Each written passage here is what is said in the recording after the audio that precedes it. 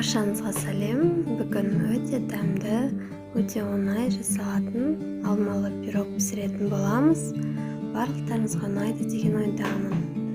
Бізге ең алдымен 200 грамм ұн қажет. Оның үстіне холодильникте тұрған сары майымызды майдалап турап қосамыз. Оның үстіне 10 грамм қопсытқыш қосамыз және үстіне 3 ас қасық қант қосып, барлығын жақсылап қолмен араластырамыз.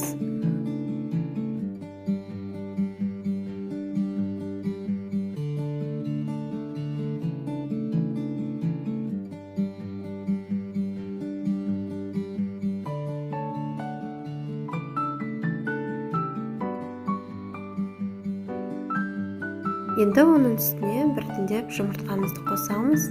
Ең алдымен бірінші жұмыртқаны қосып, қолымызбен жақсылап илеп шығамыз қамырымызды. Енді оның үстіне екінші жұмыртқамызды қосып, қамырымызды илейміз.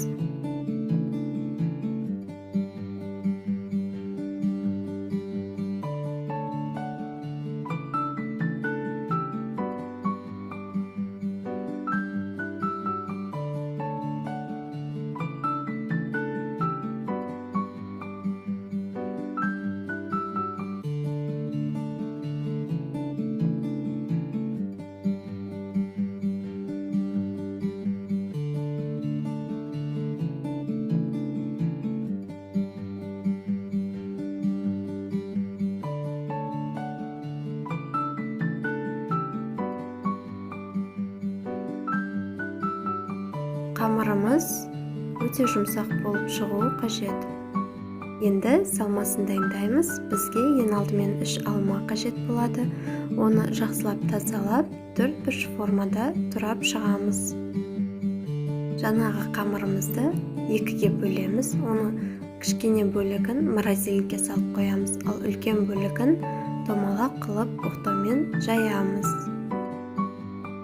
Жайған қамырымызды арнайы формаға салып, шет-шеттерін тегістеп шығамыз.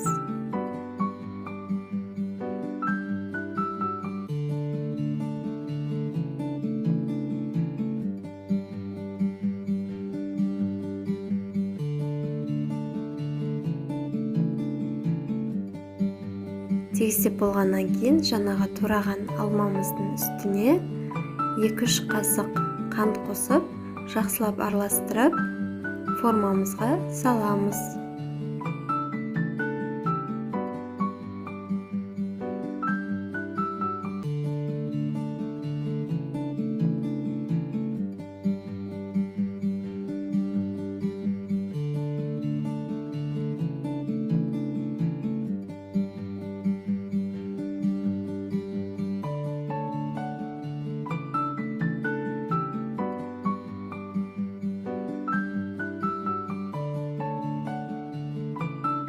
Алмамызды салып болғаннан кейін морозильниктен қамырымыздың кішкене бөлігін алып, теркадан өткізіп шығамыз бетіне.